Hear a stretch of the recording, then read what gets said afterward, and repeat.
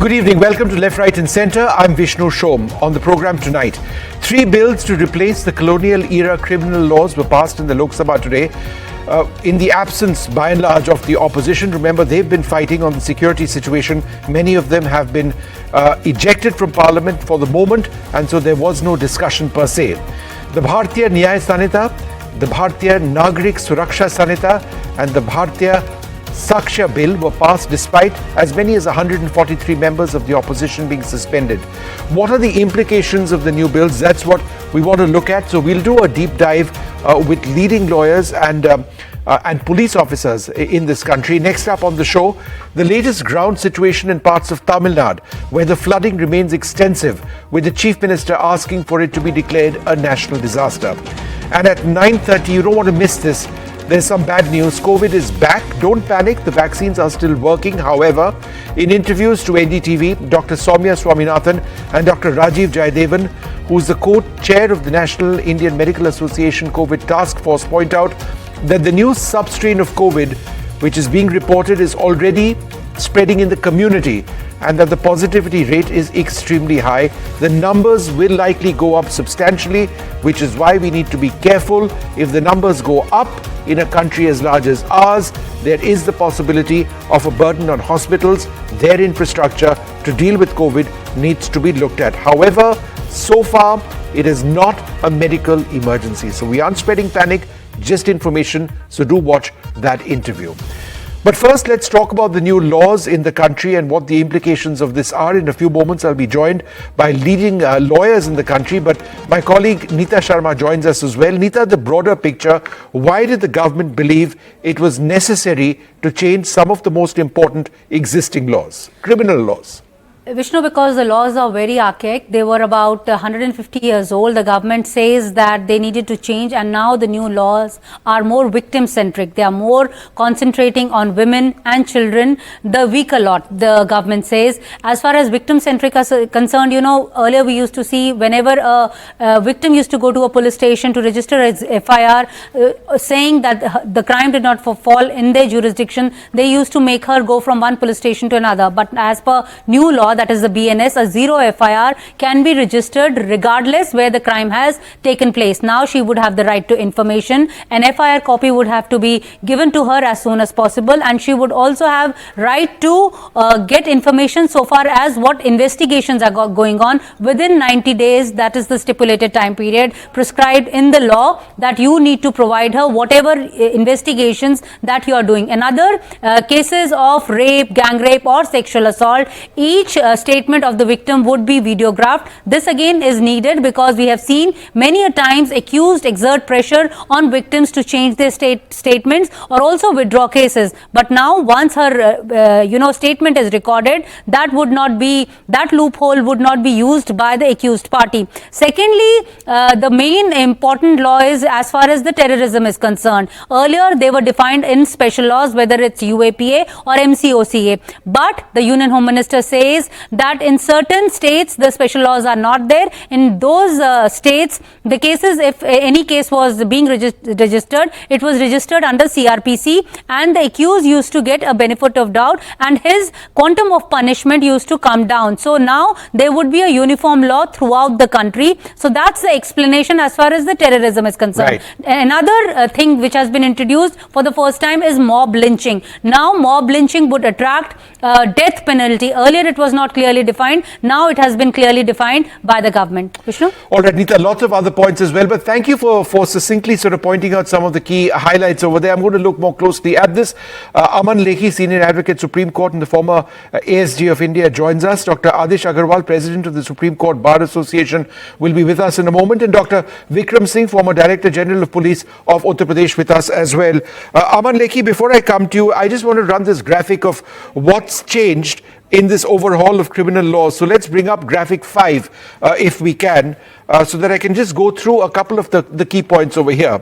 So firstly, what's changed? Let's have that up full screen for a moment. When it comes to cases of rape, the current minimum sentence is 7 years in jail. The new minimum sentence for rape is 10 years in jail. Rape of a minor, let's stay on that for a moment. rape of a minor, the current minimum sentence is 10 years in jail. The new minimum sentence, 20 years in jail. And there is a death sentence for gang rape of a minor. Death because of rash driving. This is also a huge concern given that we've got more road fatalities than any other country in the world. So let's change that graphic to the deaths due to rash driving and what the government is proposing. The current jail term is 2 years. That goes up to 7 years. Snatching. Currently, it's part of IPC section 379A of theft. The new laws say that the jail term of up to 3 years under a separate law, that's what's being proposed, that's what will become the law. Mob lynching, the current mob lynching accused are tried under murder laws. The new minimum sentence is 7 years in jail, and there is a provision of capital punishment as well. Sedition has been repealed significantly. However, it's been replaced with a new law, and that new law deals with acts endangering sovereignty, unity and integrity. And sedition is only when the country is targeted. Now that's important because sedition has been slapped quite frequently in this country, with many arguing that that should not be used except in extreme cases. Kidnap, human trafficking, robbery, extortion and ransom, currently a jail term of up to 7 years. The new laws suggest a life imprisonment as well. So Aman Lekhi, those were just a couple of things which have changed. In your mind, what is the most significant in the new laws? Well, what is most significant is the misdescription of the Home Minister and the reference to colonial mindset, because it brings in Rudyard Kipling and suggests some kind of cultural hegemony of which we were in some way enslaved, which is completely incorrect, because as far as the laws are concerned, they were distinctively Indian and evolved in Indian jurisprudence. So I personally feel it's been high on rhetoric and raw on facts. And why I say so, there is one very viral video which is there, wherein a difference is sought to be brought about between Rajdroh and Deshdroh, to say that, see, we've done away with Deshdroh and we've got Rajdroh, and Rajdroh, we have not dealt with the government as such. Now, this is selective reading of the law, first of all. As far as Rajdroh and Deshdroh is concerned, a difference is between treason and sedition. And as far as Deshdroh is concerned, Deshdroh is treason, and the offences of treason are war against the state. War against the state continues to be part of the revised penal code also, to which no reference was made by the Home Minister. As far as sedition is concerned, a selective reading of 124A, which was misdescribed 124C, was made by him, and ignoring the explanation which is over there, because even in the old code, if you had expressed disappropriation of the government, that was not sedition. The problem with the offence was not the content, but the manner of implementation, because the law as it stood talked about tendency. And the argument was tendency made the sedition very easily available. So it was not the content. The so-called changed offence of sedition actually captures the essence of the old 124A. And in fact, it's not termed in the right or precise manner, and it is open to abuse. So the entire suggestion which is there, that there is some kind of reform which moves us away from the colonial mindset, is in my opinion utterly misconceived, and it's more an appeal to emotion than in any way having any basis in law, firstly. Okay. Secondly, what you have mentioned over here insofar as terror and other aspects are concerned, there's an overlap in sedition and terror, one. And even where terror is concerned, there's a duplication, because you have terror defined in one way with minor variations in the new IPC, whatever the new name is, I don't know. And insofar as terror in the UAP is concerned, this will bring in confusion. Now, the question of confusion is very important, because in penal law, particularly when you are going to apply the law, there has to be complete clarity as to what law means. So you can't simply duplicate the laws as is happening over here, and at least set out the reasons why it has to happen, which is not there. There are a few more troubling aspects: obeying the police officer, suffering arrest, preventing detention. Preventive detention was a British heritage. We have continued with it. There's no basis of preventive detention in democratic India. We added a section of preventive detention over here. And you have dealt with the enhanced punishments. Enhanced punishments for those offences are warranted. But the method, there's a problem with the method also, because as far as the method is concerned, there is a provision now, and it is worthwhile to have that provision to increase that period of 15 days for the purposes of remand. Okay. Because the law that originally stood allowed remand only in the first 15 days. Now, the problem here is there are no guidelines in that particular section as to how is it that if supposing remand is not taken by the police earlier, there will be change. So my basic objection over here is we are dealing with recodification. Recodification requires proper scrutiny. Scrutiny required elaborate consideration. This was hurried through. And the speech which the Home Minister made is in many ways lacking in details and specifics, and in many circumstances is misleading, because the assumption is that the change which has been brought about is distinct, novel, and beneficial. All when right, in I fact get the point that you're that's- making, Aman Lekhi, that there's not it's essentially the same. It's in a new glass in a sense. But let me go across to Dr. Adish Agarwal as well. Sir, Aman Lekhi passionately making the point that look, not much has changed. It's essentially the same thing. It needs to have been looked at much more closely, and that there is a danger of an overlap. Is that a concern that you have as well? I also fully agree. Well, my learned friend Mr. Lekhi has suggested. We also agree, but we have to see the larger interest. So many good things have come, but that also we agree it will become difficult for our lawyers to remember these sections. When I was called by the parliamentary committee on this issue, I also raised that we should give it all these acts copies to our not only the libraries but to lawyers also, because it will take too much time, because normally our lawyers who have studied these sections, we can speak in while sleeping also. Now new sections have come, but so many good things have come. That time frame has been given for the judges also to give judgments. Earlier the situation was that 3 times, 4 times arguments were there because judges were not pronouncing the judgment. They have either retired or promoted. The poor litigant has to engage lawyers for arguments. So many good things are there.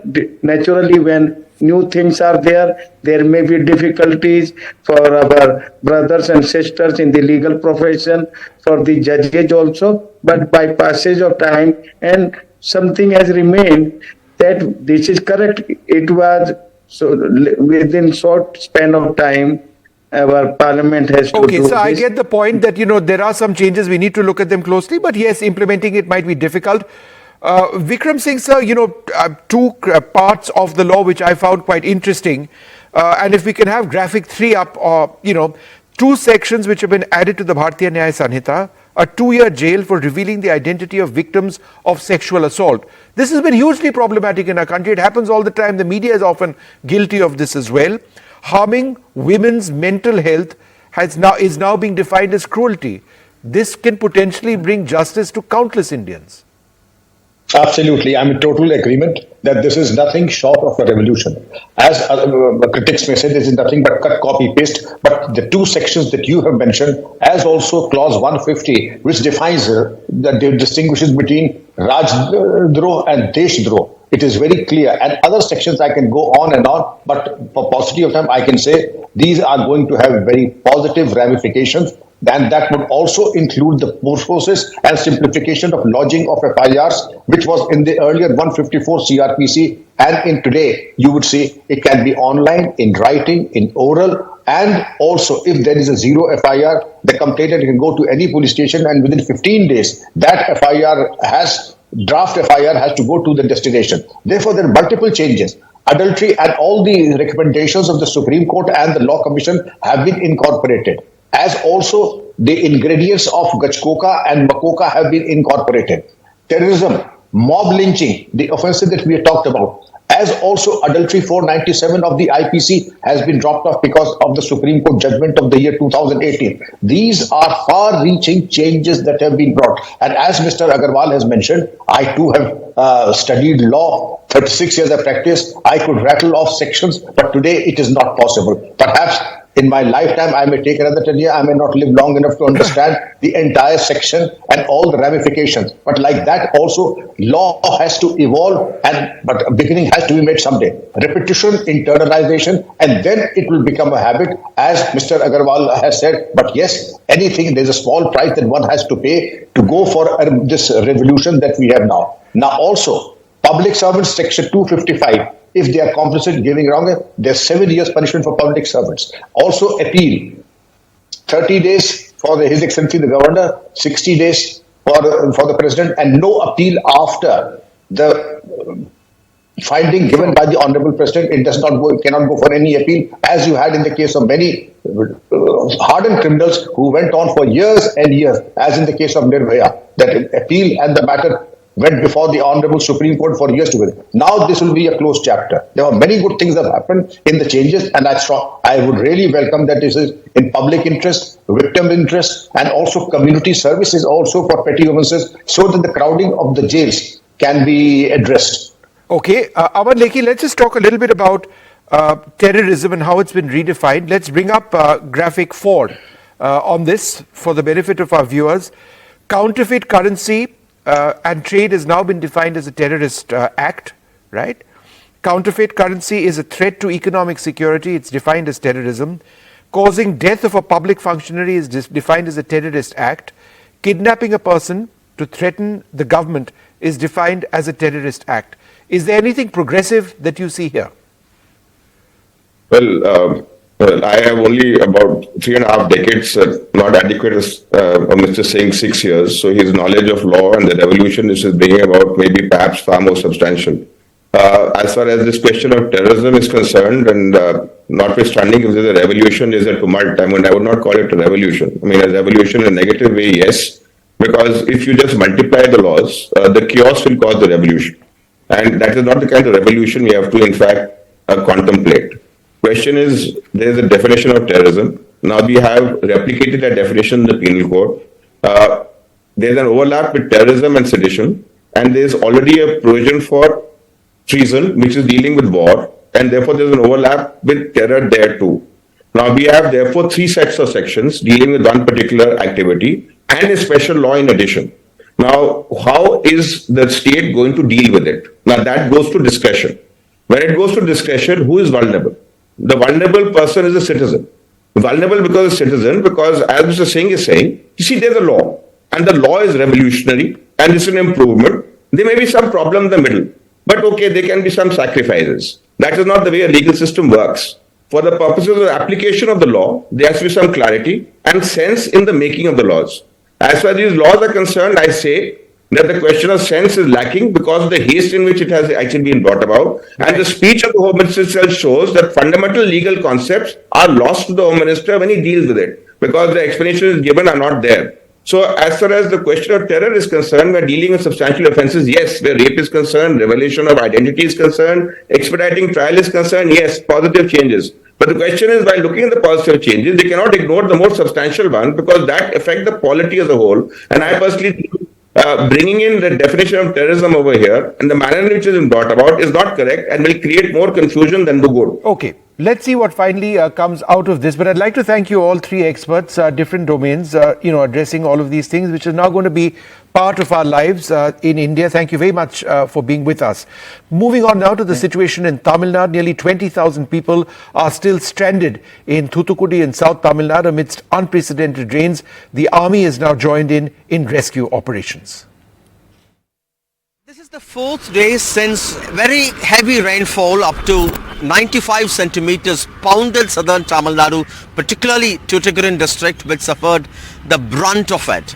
And as we speak now, the Indian Army has joined the rescue operation to try and rescue communities in the Sri Vaikuntham area, which authorities say is the worst affected in these floods. As we speak now, several thousand people across Tuticorin suffer without electricity for the 4th day. Besides, many also complain of lack of essential supplies, including food, drinking water and relief supplies. Udayanidhi Stalin is reaching out to communities in low-lying pockets in Tuticorin, wading through well above knee-deep waters.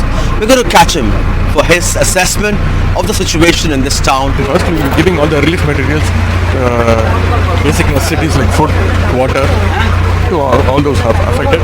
We are asking them to come out, but they are not ready to come out. Still, it's well above knee-deep waters in places like this. What are the major challenges today? Basic challenge is to keep them safe, keep the Access. Yeah. All the authorities, all the people representatives are here. Right. They are trying our best to rescue the people. What kind of losses you are coming to know about now? We'll know only after the water is rained. I think around 5 to 6 people have reported dead here in Thuthukudi district. We come to you from the flood-affected Tuticorin district of Tamil Nadu on the Tuticorin-Tirunelveli highway. In fact, here you see around 100 people, largely women on both sides of the highway, blocking the highway.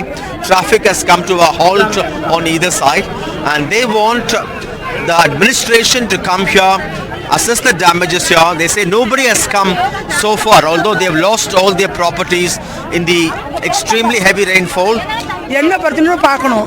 ரெண்டாவது எங்க ஊர்ல ரெண்டு பக்கம் பெரிய ஓடை உண்டு.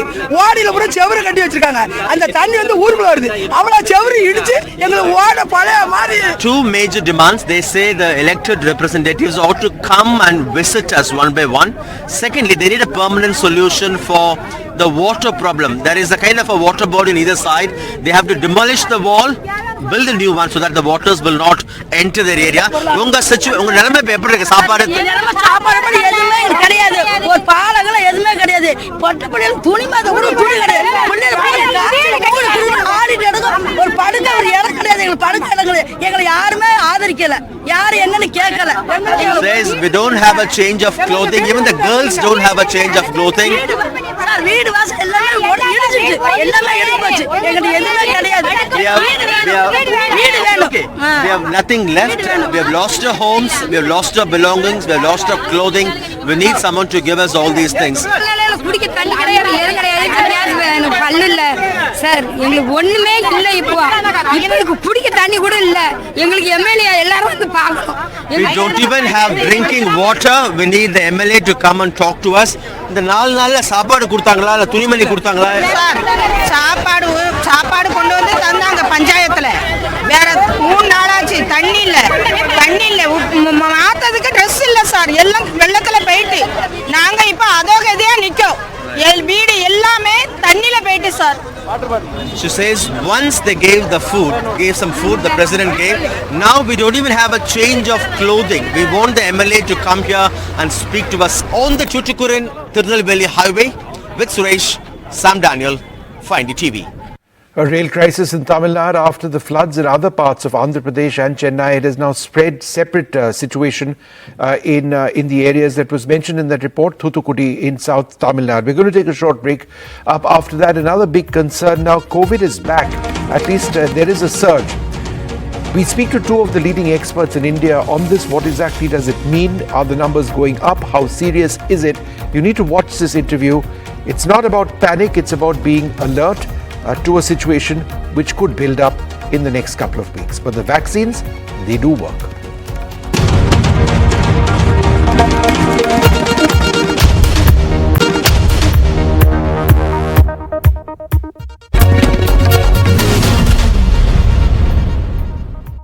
News of the spread of the new variant of concern of COVID is something which concerns obviously people not just in India but around the world. Since we've all been vaccinated by and large, the impact of this may not be very, very severe, but the spread of this new variant is perhaps something that we should all be alerted to, because getting COVID, even if it is mild, is not a pleasant experience at all. But what do we know about this particular strain and the danger that it poses, if at all? Joining us now, Dr. Rajeev Jayadevan, co-chairperson of the National Indian Medical Association COVID Task Force. Thanks very much, Dr. Jayadevan, for being with us. You know, I was going through a couple of tweets of yours, and you seem to indicate that in the Kochi area, the rate of positivity was incredibly high. What is it right now as per your calculations? Yes, over the past month or so, the number of COVID cases has been creeping up. But as you know, testing in our country is quite low, close to zero in many places for many reasons. People are not keen to test, and doctors do not order the test either. And I don't find a problem with that. But if you look at the statistics, as I posted on the graph from September, October, November, and December, there is a sharp uptick sometime in November. Before November, it was only around 1% of influenza-like illness showing positive for COVID, which is practically zero. But from November onwards, we've had about 9%. And in December, after the meeting that concluded last night, it was 30%, 30%, and these data from multiple hospitals in the region. So this shows that COVID is taking a greater share of what we call influenza-like illness, which basically means respiratory problems, breathing trouble, cough, fever, body ache, that sort of thing. So we know from INSACOG's database that this JN.1 has been detected in India as well. I think it shows about 20 sequences from Goa, one each from Maharashtra and one from Kerala.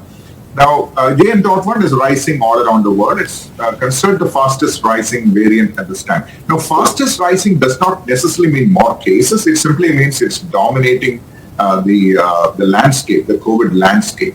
So the cases are increasing, but most of them are being able to treat at home, primarily because right now, as it starts, most people who are getting infected are people in reasonably good health, younger individuals who are mobile, attend social events, or go to work, or go to classes. So as it spreads to the older and more vulnerable people, we have to keep a close watch on how they respond to this infection. I just want to go back to this graph of yours. Are you suggesting that as per the latest data, 30% of all those being tested for influenza are turning out to be COVID positive in the Kochi area? Yes. Is that interpretation correct? So this graph of yours is limited to the Kochi area? Yes. Right. Yes. I ask this because, even in the past, Kerala has led the country when it comes to reporting COVID and testing and things like that. It highlights a working system of health in many regards in that state. Is it your fear now that this is becoming a community-wide spread of this variant of COVID? It is very much in the community. My neighbor has tested positive just today evening, so it's everywhere. So, but like we saw with the Delta variant in 2021, it's not causing a huge surge in hospitalization. So that's the difference. So in real life, when if I'm not a doctor, if I get a fever and a cough, I'm not going to go and test for COVID, am I? So that is the reality over here. So it might pass off as a mild case of a flu or even a common cold in most instances. And what are the symptoms? The symptoms are sore throat, body ache, fever, and a little bit of cough, runny nose. Some people lose sense of smell and taste, but that's a minority. Some people go on to get sinusitis, which is typically a bacterial in origin and may require antibiotics. Doctor, in as much as you make the very important point that this is unlikely to progress into something serious, it does remain a cause of concern for those with comorbidities, as always with COVID, right? True. There are many individuals, not necessarily who are older, who live with multiple disease conditions that are stable enough for them to get on with their life at home on medication. But the slightest upset can upset the balance, like a viral infection, whether it's COVID or otherwise, and this could push a few of these people into hospital. All of them are being discharged in good condition as I speak. Deaths are directly from COVID are in our realm of understanding so rare at this time. But as I said, in the absence of widespread testing, it's really hard to give a more accurate picture than I have given now. Doctor, it's been a while now since we've got our booster dose. But from your understanding, does that truth continue to remain that if you've been vaccinated and boosted, then chances of progression to serious disease is minimized?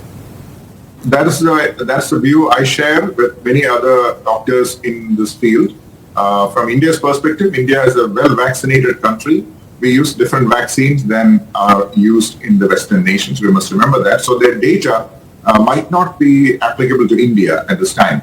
But from experience from prior waves of COVID, we can say that since the vaccination came in and was widespread, and since Omicron came in and infected a very large number of people in our country, the number of severe instances of COVID are few and far in between. If you ask professors of infectious disease in renowned medical colleges, they'll say the last COVID death they saw was a year ago. So it tells us that perhaps the vaccines may have kept this thing away for a long time. So the concern occurs when a markedly different variant arrives. For example, JN.1, it is not like a one-step ahead variant. This is a multi-step ahead variant. We call it a saltation event in genetics. which basically means a pile of mutations suddenly occurring at one go. So that caused a bit of concern in the second half of the year about what this variant could do. But it really did not, its ancestors really remain very docile. JN.1 is basically 2.86.1.1, basically 2.86 with one additional spike mutation. In plain English, it means a slightly altered version of BA 2.86, which suddenly has taken off and displaced all other existing variants. So that is a summary of COVID at this time. Dr. Jayadevan, let me ask you that dreaded question. Is it time to start masking up? I would say if you are trapped in a situation where it's ill-ventilated, closed, crowded, you feel the air is stale and there are people around you, it's safer to mask. If you are traveling in a vehicle with multiple people who you don't know, which commonly happens, if you share a ride, wear a mask, or at least roll your windows down. If you're traveling in an elevator that stops at multiple floors in a tall building, wear a mask, because it's a closed space occupied by many people, and some of them could be having symptomless COVID or even influenza. Influenza is also a major player this season. So masks, when you're walking on the road or relaxing on the beach, there's really no need to wear a mask, obviously. But my point is that it must be done in a fashion where it's like when you ride a motorcycle, you wear a helmet, but you don't wear it inside your office. Something like that. I think people get the idea. So do you believe that there needs to be a mask mandate? I understand what you stated right now, that it's not always required, but a mask mandate, for example, in workplaces. If you have entire offices falling ill, right, then it doesn't help anybody. So we had, for example, as journalists, we kept working throughout COVID. Our office never shut, never missed a day of work. But that's because we had masks on all the time. Are we getting to that stage, or is that, on my part, a bit of an exaggeration? Personally, I'm against all mandates. That's just my personal viewpoint. Personally, I think a clear instruction to the public about when to wear masks and when not to will be more helpful than asking everyone to mask up, which clearly will not win any favors in when we communicate. So the way we communicate is we tell people who are in high-risk situations, or people who are living with others who are frail or older or immunosuppressed. Yes, they should wear masks more than other people. So I think I wouldn't bring a mandate into discussion at all at this point, if you ask me. Just one or two questions, Doctor. I mean, if it's 30% of all cases being tested in Kochi, and these are, of course, as you mentioned, a very small number of people who are actually testing, it would be probably accurate. Would you agree that it's now spread across the country? People fly, people travel, people go on trains, etc., etc., etc. It just so happens, and this is exactly what happened last time around, that we got numbers first from Kerala. Would it be fair to assume that the community spread that you speak about is likely to happen across large parts of our country? Yeah, India is a very large geographical region, so it's unrealistic to expect a uniform spread in our country.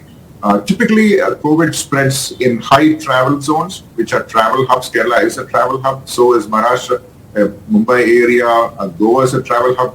We got 18 sequences of the N.1 from Goa. So I would imagine it will spread in these zones first, and then slowly trickle into the other areas as people travel more and more. Because it's been a 7-month gap since the last wave occurred in April, but that wave, as I mentioned, did not overwhelm our systems. So I would imagine the spread will continue to be stochastic in nature. In plain English, it basically means it's like mold spreading on a slice of bread. It doesn't appear on all parts of the slice at once. It starts in one area and then gradually spreads to the other area. India being such a large area, that is likely the pattern of spread that we're going to see. But it's unlikely we'll see it because in many places testing will not be done. All right. Well, Dr. Jayadevan, thank you very much for speaking to us once again, educating our public on what remains a persistent health concern. Unfortunately, that's what COVID has become. It's never going to go away, and we just need to keep fighting it as we've done in the past. Thank you very much, sir, for being with us. Thank you. Thank you.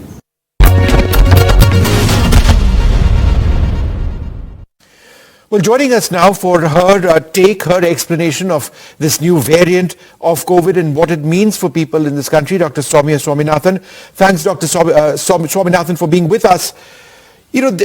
The statistics at this stage are perhaps inaccurate because the level of testing is very low in India. But there is one data point that we do have, which is that 30% of all pneumonia cases being tested in Kochi are turning out to be COVID positive. In other words, the positivity rate is extremely high at this stage. Is this likely to be the case in other parts of India as well? Good evening, Vishnu, and thanks for bringing up this topic again on your show. We've been through this many times before, as you know, over the last 4 years, and this is what we expected, and this is what WHO had talked about. Even when Dr. Tedros announced the end of the global public health emergency in May of this year, 2023, he did say it is still a global health threat. And that's what we're seeing now. We're seeing a new variant, the JN.1, which is a subvariant of Omicron. So hopefully it behaves like Omicron, which was relatively mild. But what happens is that every new variant gets some properties of being more transmissible. It's able to evade or avoid the antibody responses that we already have in our system. And therefore, it's able to create these waves of infection where it infects people who've already been infected before. So what we're seeing now is a surge in this particular variant globally. It's been first detected in August, but over the last couple of weeks, many countries have reported that it's the fastest growing subvariant, and the WHO calls it a variant of interest because it has certain mutations that might make it more transmissible. Now, coming to India, as you mentioned, we've just started increasing the testing. So over the next few days, I think we will see more data coming from many states. Right now, it looks like a few states like Kerala, Karnataka, Maharashtra, perhaps Tamil Nadu, they're reporting an uptick of cases and this high positivity. Now, the positivity rate also depends on who you're testing. And so if you're testing sick people who've been admitted to the hospital with pneumonia, then there are a few possibilities that, and COVID is certainly one of the possibilities or the differential diagnosis. And so you're going to pick up more as you start testing more and more people. And I think at this point of time, probably the testing is going to be limited to people who are sick, who are presenting to the hospital, because there's so many respiratory infections going around, that it's impossible to test every person who has a cough and cold. But this type of strategic testing is very important because it will tell us how much is influenza, how much is COVID, how much is other viruses, because obviously the treatment and management will differ. Right. And what the genomic surveillance will then tell us how much of COVID is JN1 and maybe other variants are circulating as well. So, ma'am, is it correct, therefore, that this has now entered the community in parts of Kerala?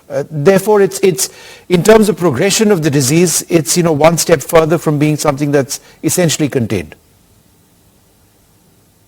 So, yes, I think by the time that, we detect these variants, they're usually already spreading in the community.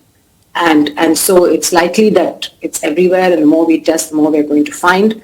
In fact, wastewater surveillance being done in many countries suggests that this is going to become the dominant variant globally within the next week or so. So I think it is to be expected. I think what is important is for us to keep a close eye on what the clinical manifestations are. And at the moment, it doesn't appear that it's causing any more severe illness than previous Omicron variant. The WHO has not said that this poses a special public health threat. However, I think what happens is if you get 1,000 cases, there will be a percentage of people, even if it's 1%, who get very ill who are in the hospital. If you get 100,000 cases, that many more people are going to get very ill and in the hospital, particularly those, over the age of 65 and those who have other comorbidities. So it's a good idea to be prepared, to take precautions so that we can at least protect those who are at highest risk of getting sick and prevent them from getting pneumonia and into the hospital. So, ma'am, that's such an important point. We'd taken a lot of steps in India oxygen plants being installed in hospitals, more ventilators, more devices, more basic care. Do you believe that whatever we had set up to deal with the emergency then needs to be reactivated? Because we are a huge country, and it just statistically, if you have a large number of infections, there will be that transfer of cases to hospitals. That's right. And I think because it's a season with many respiratory illnesses, it's even more important that hospitals be prepared, because the majority of these infections, even if they become pneumonia, they can be treated. We know how to treat COVID now. We are at a very different stage than we were in 2020. We know how to treat influenza, pneumonia. We know how to treat different pneumonias, mycoplasma, whatever infections are going around. So I think the preparation of the hospitals is important. I think mock drills have happened in many states to test the responses, as well as to test the adequacy and functioning of the oxygen, the ventilators, all those things that we had prepared. So in a way, it's a good test for our system to do this once in a while, to be absolutely ready and prepared and not have any nasty surprises when we actually need to use all of those things that, we have invested in. So I believe that we're very well prepared, but that every state must exercise these precautions as well as mock drills, and make sure that even in remote parts of the country that we're able to provide people who need oxygen, they should get oxygen. If they need intensive care, we should be able to take them to an intensive care unit.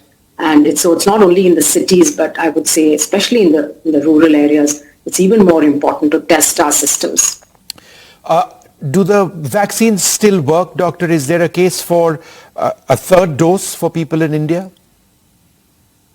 So from what we are seeing around the world, I think vaccines are still working. It's very remarkable that they're still providing high degree of protection, especially against severe disease. Otherwise, we'd be seeing much more severe illness. So I think the vaccines are working. But again, for those who are very old, for those who have poor immunity, there is a possibility that their immunity would have waned, that boosters might be needed at some point. In many parts of the world, they're using an updated vaccine with the XBB 1.5 variant. I think we have an Indian vaccine also, which is an updated vaccine, an mRNA vaccine that potentially could be used as a booster. So I think we need to look at our data very carefully and then, take a decision on whether boosters are needed, for whom, where, etc. And the government will take, cognizance of what's going on and make those decisions as needed. Ma'am, a lot of people now, perhaps because that fatigue has still not left our system, we went through hell a few years back, now turn around and say, oh, but COVID is just like a common cold, it's no big deal. How would you respond to them? Very different from the common cold, Vishnu, not just because of people getting severely ill with acute COVID pneumonia, but also because of the long-term effects of COVID. And I think we have enough data now from around the world to know that people who've suffered from COVID, and particularly those who have repeat infections, are more likely to get, for example, heart attacks, strokes, diabetes, dementia, depression, mental health problems, prolonged fatigue and muscle pain, inability to go back to their usual state of functioning. This is the big difference between a common cold and COVID. So I would say let's not take it lightly. If you can avoid the infection, much better to avoid it than to get it and risk the after effects of long COVID. I think very recently ICMR also came out with their data, and there have been data from many cohorts around the world which show that the risk of all of these what are called the diseases that are caused by high inflammatory markers in the blood, like heart attacks and diabetes and brain disease and so on, there is a much higher risk. So why add to the already existing risk? And we are a country with high comorbidities. We are a country with, more than 40-50% of the adult population has either hypertension or diabetes or both. And so we really shouldn't be taking any additional risks. So I think masking up, if you have any vulnerability, masking up when you're in a crowded place, if you're traveling in a plane, or if you're sitting in a very closed environment with lots of people for a prolonged period of time, and of course in health facilities, everybody masking up is a really good idea. Should there be a mask mandate? No, I don't think there needs to be a mask mandate. I think people understand now well enough how this infection spreads, that it's an airborne infection. And therefore, if you're either at risk or you are sick and you're coughing and you have a cold, the right thing to do is to wear a mask to protect others. So it's both to protect yourself and to protect others. And it should become a way of life now, I think. It should not be stigmatized. It shouldn't be only COVID. And people shouldn't look at each other strangely if you're wearing a mask. Right now, a minority of people are wearing masks. But in many countries, the moment the winter season comes in and respiratory viruses increase, people automatically wear masks. The whole of East Asia, for example, you go to Japan, South Korea, everybody's walking around with a mask. It's not considered strange. You're protecting yourself and protecting others. A final question, ma'am. Is it your belief that as we test more over the next couple of weeks, we will find this having substantially spread in India? Well, yes. I think from the beginning we've seen this happen, right? The more you test for COVID or for any infection for that matter, the more you will find it. And this is why it's important to continue the testing and the surveillance and the genomic surveillance, and so that we can pick up when it's still at an early stage, we can assess the situation and the response measures can be, appropriately titrated. So wastewater surveillance is another great way of doing this. Some cities in India are doing wastewater surveillance. And if we put that in place on a regular basis, I think we will be forewarned of any impending surges, because you can pick up the signal a week or 10 days before you start seeing the rise in cases. A final question, which I didn't ask, I should have earlier on. The symptoms, ma'am, is there anything new or different? What do people need to look out for? I think the symptoms are more or less the same from what I've read. So fever, cough, loss of smell, loss of taste, and of course then if you start getting persistent high fever, breathing difficulties, fatigue, inability to eat and vomit. I mean, those are some of the warning signs. A lot of people invested in having those small pulse oximeters at home. So again, if you're in a vulnerable age group, then testing oxygen saturation is good way to. And then, of course, do the usual things like stay hydrated, take plenty of warm fluids, take paracetamol to keep the fever down, but then just keep an eye on the symptoms and get to the hospital if there are any of these warning signs.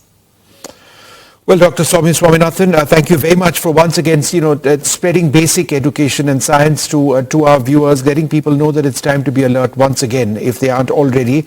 But this is a bit of a worry, and I think the big takeaway for me is that COVID cannot be considered as just another cough and cold. It's not, and we therefore do need to be alert, particularly those with comorbidities and those who are perhaps older or more vulnerable. Thank you very much, ma'am, for sharing those details with us.